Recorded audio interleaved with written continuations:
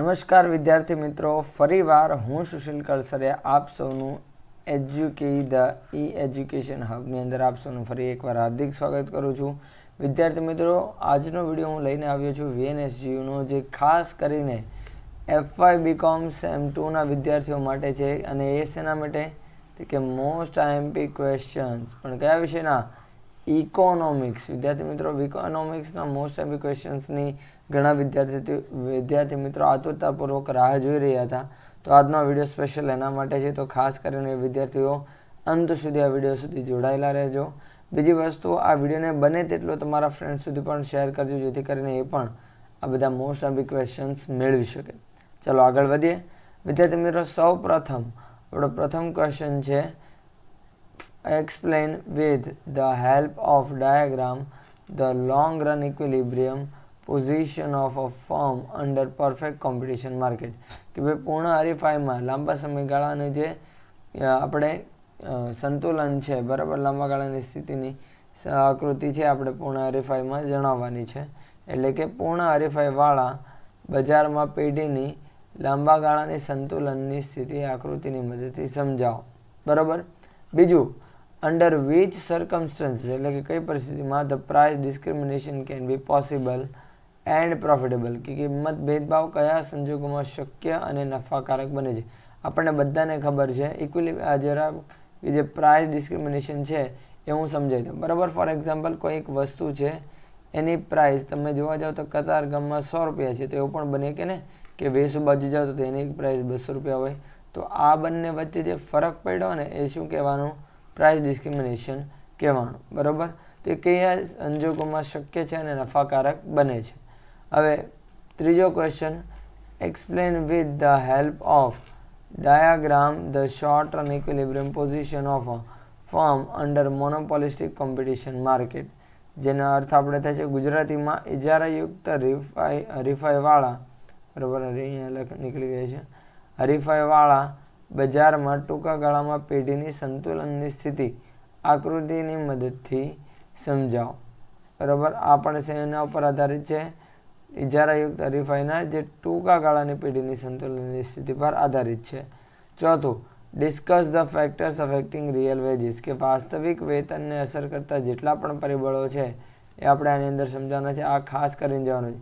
બીજું, આ જે બે ક્વેશ્ચન છે, બરાબર, આ બે વિદ્યાર્થી મિત્રો, ફર્સ્ટ ચાર ક્વેશ્ચન તમારે ખાસ કરીને જવાના છે, કારણ કે સૌથી મોસ્ટ IMP ક્વેશ્ચન્સમાંથી એક છે. નેક્સ્ટ આપણે જઈએ તો નેક્સ્ટ ક્વેશ્ચન છે, explain the concept of price leadership under oligopoly market. અલ્પ હસ્તક ઇજારાના બજારમાં કિંમત નેતૃત્વનો ખ્યાલ સમજાવો. બરાબર. કે અલ્પ હસ્તક ઇજારો, અહીંયા આપણે જે વાત કરીએ, બરાબર, કોની વાત કરેલ છે? અલ્પ હસ્તક ઇજારાના બજારમાં કિંમત નેતૃત્વ કોને કહેવાય, એનો ખ્યાલ આખો સ્પષ્ટ કરવાનો છે. છઠ્ઠું, discuss the theory of innovation and profit. નવપ્રવર્તન અને નફાના સિદ્ધાંતની ચર્ચા કરો. આ છઠ્ઠો ક્વેશ્ચન છે, એ પણ તમારે ખાસ કરવાનો છે. પછી આવે છે સાતમું, short run equilibrium of firm under monopoly. બરાબર. કે ઇજારામાં ટૂંકા ગાળામાં પેઢીની સમતુલા, આ પણ ખાસ કરવાનો છે. પછી આવે છે પ્રોફેસર ક્નાઇટ્સ. આ વિદ્યાર્થી મિત્રો ગમે તે બધું, પણ આ ક્વેશ્ચન છોડવાનો નથી. પ્રોફેસર ક્નાઇટ્સ થિયરી ઓફ પ્રોફિટ, કે નફા અંગે પ્રોફેસર નાઇટનો સિદ્ધાંત. આ 9 ક્વેશ્ચન થયા, 8 ક્વેશ્ચન. અને આવ્યો 9મો ક્વેશ્ચન, કે જે છે discuss the characteristics of perfect competition, કે પૂર્ણ હરીફાઈના લક્ષણોની ચર્ચા કરો. વિદ્યાર્થી મિત્રો, પૂર્ણ હરીફાઈ આવે છે, બરાબર, આ ફર્સ્ટ ચેપ્ટર જે આપણું છે એ ફર્સ્ટ ચેપ્ટર માટે આ આખો ક્વેશ્ચન મૂકવામાં આવેલો છે, કે જેની અંદર પરફેક્ટ કોમ્પિટિશન એટલે કે પૂર્ણ હરીફાઈ ક્યારે કહી શકીએ આપણે, કયા પોઈન્ટ છે એ હોય તો આપણે એને પૂર્ણ હરીફાઈ કહી શકીએ, એમ તમારે જણાવવાનું છે. આગળ નેક્સ્ટ ક્વેશ્ચન છે, what is price leadership, explain the types of price leadership. કિંમત નેતૃત્વ એટલે શું અને તેના પ્રકારો, જેટલા પણ પ્રકારો છે એ ખાસ કરીને સમજાવવાના છે. તમારે મોટો ક્વેશ્ચનમાં ખાસ કરીને પૂછાઈ શકે છે. પછી આવે છે 11મો question, what is meant by capital budgeting, કે ભાઈ કેપિટલ બજેટિંગનો અર્થ છે, મૂડી અંદાજપત્રનો અર્થ શું થાય છે? Explain the importance of capital budgeting, કે મૂડી અંદાજપત્ર એટલે શું, મૂડી અંદાજપત્રનું મહત્ત્વ પણ આપણે સમજાવવાનું છે, આ પણ કરવાનો છે. બીજું 12મું આવે છે ક્વેશ્ચન કે જે છે ડિફરન્સ બિટવીન ઇકોનોમિક પ્રોફિટ. વિદ્યાર્થી મિત્રો આ પણ ખાસ કરજો, તો હોત તરીકે પૂછાઈ શકે છે, એન્ડ એકાઉન્ટિંગ પ્રોફિટ. આ તમને શોર્ટ નોટમાં પૂછાવાના ચાન્સીસ વધારે છે, કારણ કે તફાવત મોટા ભાગે શોર્ટ નોટમાં જ પૂછાતા હોય છે. એટલે આર્થિક નફો અને એકાઉન્ટના નફાનો વચ્ચેનો તફાવત તમારે અહીંયા સમજાવવાનો છે. 13મો question explain the characteristics of oligopoly. બરાબર, કે અલ્પહસ્તક ઇજારાના લક્ષણો. અલ્પહસ્તક ઇજારો ક્યારે કહી શકાય, કયા સમયે આપણને ખબર પડી શકે કે ભાઈ આ પરિસ્થિતિ ઊભી થાય છે કે આ પ્રકારના લક્ષણો છે, આ બાબત છે, તો ત્યારે આપણે એને ઇજારા અલ્પહસ્તક ઇજારા કહી શકીએ. બરાબર, આગળ વધીએ તો નેક્સ્ટ ક્વેશ્ચન છે essential condition of price discrimination. કે ભાઈ જે કિંમત ફેરફાર છે, કિંમત ભેદભાવ છે, એના માટે આવશ્યક શરતો. ક્યારે આપણે કિંમતને ભાવની જે ફેરફાર છે, બરાબર, કિંમત ફેરફાર આપણે જેને કહીએ છીએ એ કરી શકીએ છીએ, એ આપણે ખાસ કરીને જણાવવાનો છે. બરાબર, હવે આગળ આવે છે 15મું ટાઈપ્સ ઓફ પ્રાઇસ ડિસ્ક્રિમિનેશન. કે જે કિંમત ભેદભાવ છે એના હવે તમારે પ્રકારો પણ ખાસ કરીને સમજાવવાના છે, આ ખાસ કરજો. પછી આવે છે એક્સપ્લેન કેરેક્ટરિસ્ટિક્સ ઓફ મોનોપોલિસ્ટિક કોમ્પિટિશન.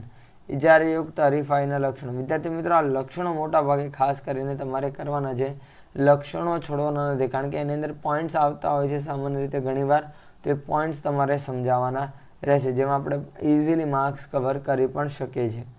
અને એની પછી છે explain selling cost. Selling cost મતલબ વેચાણ ખર્ચ. વેચાણ ખર્ચ કોને કહેવાય અને એના કોન્સેપ્ટ શું છે, કઈ વાતને રજૂ કરે છે, એ તમારે સમજાવવાનું છે. પછી આવે છે nominal veggies and real veggies. કે સામાન્ય વેતન અને વાસ્તવિક વેતન કોને કહેવાય અને એના કયો પોઈન્ટ ઓફ વ્યૂથી તમે એને સમજો છો, એ તમારે અહીંયા સમજાવવાનું રહેશે. તો વિદ્યાર્થી મિત્રો આ હતા આપણા અમુક ટોપ 18 most IMP questions of economics. બરાબર, કોના માટે, ખાસ કરીને સેમ 2ના વિદ્યાર્થીઓ માટે.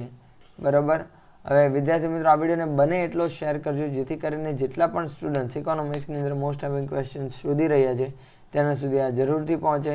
ચલો હવે મળીશું આપણે નેક્સ્ટ વિડીયોમાં. ત્યાં સુધી ધન્યવાદ. Enough four today. Have a great day.